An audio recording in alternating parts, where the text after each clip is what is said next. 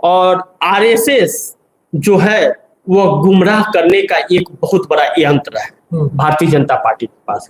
इन दो यंत्रों से छुटकारा देश को तभी मिलेगा जब मोदी हटेंगे। और मोदी कब हटेंगे? इस वक्त तो मोदी तभी हट सकते हैं जब नीतीश और नायडू हटेंगे। सवाल यह है कि क्या नीतीश और नायडू हटेंगे? मुझे नहीं लगता जी, क्योंकि कोई तो इन लोगों की नस है जो दबा करके रखा गया है और यह लोग उसके शिकार हैं। नहीं तो नीतीश नायडू अभी तक साथ छोड़ चुके होते। और जिस तरह जगदीश जी भारतीय जनता पार्टी का परिस्थिति है इस समय, आखिर क्या ऐसी मजबूरी है कि नीतीश कुमार जो है वह मोदी के साथ खड़े हैं? कोई तो बात होगा, ऐसी क्या वजह है? अब यह चीज लोगों को समझ नहीं आ रही है। इसी सवाल का जवाब लोग ढूंढते हुए नजर आ रहे हैं। लेकिन नीतीश कुमार के लिए एक संकेत हरियाणा ने दिया है और एकनाथ शिंदे और अजीत पवार के लिए यह संकेत दिया है कि आप देख लीजिए कि अगर भारतीय जनता पार्टी के साथ आप रहोगे तो भारतीय जनता पार्टी के साथ रहने का यह मतलब होगा कि भारतीय जनता पार्टी अपने सहयोगियों को समाप्त करती जा रही है। और यह सहयोगियों को जो समाप्त कर रही है जगदीश जी, आपको मैं उदाहरण के तौर पे अगर बोलूं तो आप देख लीजिए उड़ीसा से नवीन पटनायक को देख लीजिए। नवीन पटनायक घर के रहे न घाट के रहे। और आप हरियाणा में देख लीजिए जेजेपी दुष्यंत चौटाला से जिस तरह भारतीय जनता पार्टी ने साथ रखा और 5 सालों तक डिप्टी सीएम बना करके रखा, दुष्यंत चौटाला भी घर के रहे न घाट के रहे। एक सीटें भी नहीं आई, खुद की सीटें भी वह हार गए। जब यह हालात भारतीय जनता पार्टी के साथ रहने में है, जगन मोहन रेड्डी को अगर हम उदाहरण के तौर पे ले लेते हैं आंध्र प्रदेश से, 5 सालों तक उनका समर्थन लेते रही भारतीय जनता पार्टी और आखिरी क्षण में क्या लोग उनका साथ छोड़ के और चंद्रबाबू नायडू को पकड़ ली। और चंद्रबाबू नायडू को 6 महीने तक जेल में रखने वाली भारतीय जनता पार्टी ही है। जब यह सारी चीजें हैं जगदीश जी, तो क्या नाम कि यह कैसे मान ले कि भारतीय जनता पार्टी नीतीश कुमार को साथ में सही से रखेगी? यह तो बहुत दुर्लभ है और बहुत चिंता योग्य बात है। ऐसा नहीं लगता कि भारतीय जनता पार्टी को नीतीश कुमार को सुरक्षित रखेगी, क्योंकि उनकी पार्टी लगातार खतरे में है जगदीश जी। इसलिए भी संकेत मिलता है जगदीश जी कि भारतीय जनता पार्टी नीतीश कुमार के कई 12 सांसदों को अपने बस में करके रखी हुई है। यह साफ नजर आ रहा है, क्योंकि इसका एक उदाहरण बताता हूँ। 11 सांसद भारतीय जनता पार्टी के वह नरेंद्र मोदी के साथ में फोटो खिंचाए थे और नरेंद्र मोदी ने अपने ट्विटर हैंडल पर उसको रिलीज किया था, दिखाया था। अगर यह बातें सत्य है जगदीश जी कि भारतीय जनता पार्टी के टच में है, तो क्या आपको नहीं लगता है कि नीतीश कुमार की पार्टी भी अब खतरे में आ गई है? बिल्कुल बिल्कुल, यह तो एकदम साफ है। इससे तो इनकार हम नहीं कर सकते कि खतरे में नहीं है। बिल्कुल 100% खतरे में है। और अगर खतरे में है तो वह नीतीश कुमार के लिए शुभ संकेत नहीं है, क्योंकि नीतीश कुमार कई बैठकें कर रहे हैं। एक बैठक में ललन सिंह नहीं आए हैं पार्टी में। ललन सिंह नहीं आए बैठक में। ललन सिंह बैठक में क्यों नहीं आए? आखिर ऐसी क्या वजह थी कि ललन सिंह बैठक में नहीं आए? वह पार्टी के पूर्व राष्ट्रीय अध्यक्ष रह चुके हैं, पूर्व राष्ट्रीय अध्यक्ष और इस वक्त का मौजूदा सरकार में कैबिनेट मंत्री। वह बैठक में क्यों नहीं आया? वह कह रहे हैं कि हमारा कहीं कार्यक्रम था और इतनी इंपॉर्टेंट कार्यकारिणी की बैठक हो रही थी। यह साबित करता है कि नरेंद्र मोदी ने शिकंजा कस दिया है। लेकिन इस बीच एक और बहुत महत्वपूर्ण खबर है जगदीश जी, जो नीतीश कुमार की पार्टी में 2 फाड़ हो चुका है। एक इंडिया गठबंधन के साथ रहना चाहता है, एक नरेंद्र मोदी के साथ रहना चाहता है। नरेंद्र मोदी 240 सांसदों के अल्पमत की सरकार चला रहे हैं। इन्हें सहयोगियों का जरूरत है, लेकिन यह सहयोगी को निष्क्रिय बिहार में नीतीश कुमार को एकदम उनका जनाधार समाप्त करने के लिए चिराग पासवान, उपेंद्र कुशवाहा, जीतन राम मांझी और प्रशांत किशोर को एक धार बनाया जा रहा है, जो आने वाले चुनाव में दिखेगा। उस वक्त तब कहते हैं ना जो एक कहावत, तब पछताए होत है क्या जब चिड़िया चुन गई खेत। नीतीश कुमार के साथ यही होने जा रहा है। जी जगदीश। शिवसेना ने कहा है कांग्रेस जीत को हार में बदलना जानती है, और टीएमसी बोली हार की वजह अहंकार। कैसे देखते हैं इस सवाल को सर आप? देखिए जगदीश जी, मैंने आपके ही सवालों के जवाब में अभी कुछ देर पहले जवाब दिया था कि ईमानदारी पर बेईमानी हावी हो गई। बेईमानों का कोई सर पैर नहीं होता है, ईमानदारों के 50 हाथ पांव होते हैं।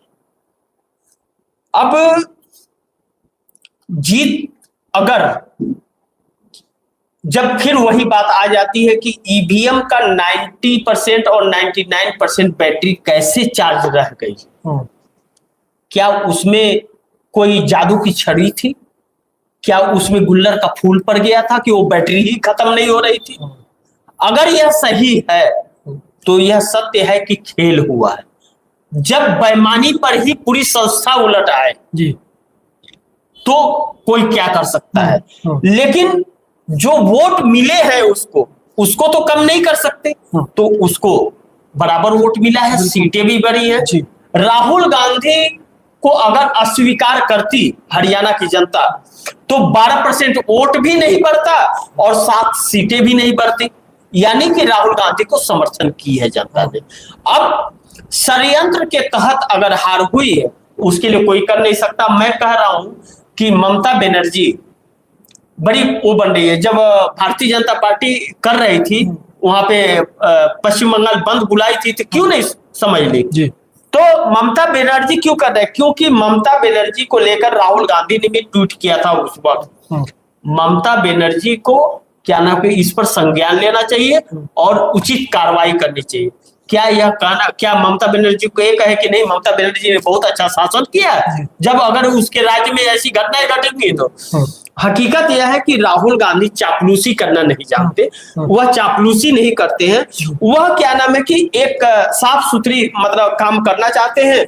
और लेकिन आप जो शिवसेना की बात कर रहे हैं ना जगदीश, शिवसेना के संजय राउत जो है थोड़ा बड़बोलेपन है, हालांकि सामना के संपादक भी है, लेकिन एक संपादक अगर इस तरह की बात बोलता है तो समझ उन्हें यह पहले गिरवान में झांक के देखना चाहिए कि जब उनके बुरे वक्त में कौन था।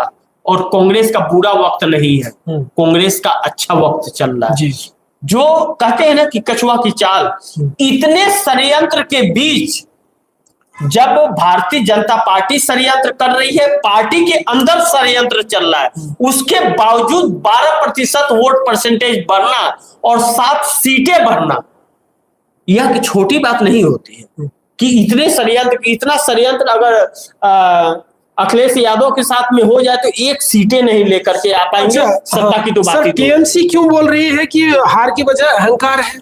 देखिए टीएमसी कांग्रेस के साथ कभी भी नहीं देगी, क्योंकि अगर टीएमसी को पश्चिम बंगाल के अंदर भारतीय जनता पार्टी के बाद अगर कोई चुनौती देने वाला है तो कांग्रेस ही है और लेफ्ट है, और लेफ्ट के साथ कांग्रेस का गठबंधन है, और लेफ्ट ममता बनर्जी का सबसे बड़ा दुश्मन है, क्योंकि लेफ्ट की ही सरकार थी पहले वहां। लेकिन पश्चिम बंगाल में तो ऑलमोस्ट जो है लेफ्ट खत्म ही हो चुका है। नहीं, ऐसे नहीं कह सकते कि नहीं खत्म हो गया है। अभी कोई आंदोलन हो तो देखिए लेफ्ट का लाल झंडा कैसे निकलता है। यह भारतीय जनता पार्टी और ममता बनर्जी का षड्यंत्र है। अब एक चीज बताइए, इंडिया गठबंधन की अगर वह हिस्सा है तो राहुल गांधी की भारत जोड़ो न्याय यात्रा को क्यों नहीं उन्होंने पश्चिम बंगाल में समर्थन किया? क्यों नहीं किया जी? जब इंडिया गठबंधन की हिस्सा है तो पश्चिम बंगाल में सीटों का बंटवारा क्यों नहीं की? नहीं, वो इंडिया गठबंधन का हिस्सा नहीं है। नहीं है, ममता अपने आप को नहीं मानती है। नहीं, वो है ही नहीं। वो सिर्फ कहती है कि मैं इंडिया गठबंधन की हिस्सा हूं। वो सबको पता है, सबको पता है, वो नहीं है। और अखिलेश यादव इस वक्त फिर ममता बनर्जी के कहने पे चल रहे हैं। 10 सीटों के उपचुनाव अखिलेश यादव अकेले चुनाव लड़के देख ले। अखिलेश यादव 3 से 4 सीटें भी जो उनकी समाजवादी पार्टी की 4 सीटें हैं उसमें अखिलेश यादव की उसमें जीते हुए हैं, वह 4 सीटें भी निकल जाए तो इतना आसान नहीं। लेकिन हमें ये कहना चाहिए सर, हम तो ये कहेंगे कि कांग्रेस को उत्तर प्रदेश में भी इंडिपेंडेंट चुनाव लड़ना चाहिए किसी के साथ मिलकर चुनाव नहीं लड़ना चाहिए, भले ही उनकी जीत हो या ना हो। नहीं, मैं तो कहता हूं, जब देखिए देश को जब अगर बेरोजगारी ही पसंद है, हाँ। देश को महिलाओं का अपमान ही पसंद है और देश को महंगाई पसंद है, तो कांग्रेस को तो सबका साथ छोड़ देना चाहिए। कांग्रेस को अकेले निकल जाना चाहिए। भाई अगर मैं यह काम करने वाला हूं, आपको वोट देना है दीजिए, नहीं देना है मत दीजिए, जबरदस्ती तो ले नहीं लेंगे, लेकिन इन क्षेत्रीय पार्टियों का साथ छोड़ देना चाहिए। अब छोड़ करके एकल चलो की राजनीति अपनाना चाहिए, और फिर वही हाल होगा कि किसी की 2 सीटें, किसी की 1 सीटें, किसी की 3 सीटें, और तब इस देश को पता चलेगा कि बेरोजगारी का आलम होता क्या है। अंतिम सवाल में ये पूछना चाहूंगा सर, क्या उत्तर प्रदेश में योगी फैक्टर काम कर रहा है? नहीं, योगी फैक्टर काम नहीं कर रहा है, आपस की लड़ाइयां काम कर रही है। देखिए, बुजुर्ग एक बात कहा करते थे, जब तक बुर्बक जिंदा रहेगा तब तक चालाक खाने के लिए नहीं मरेगा।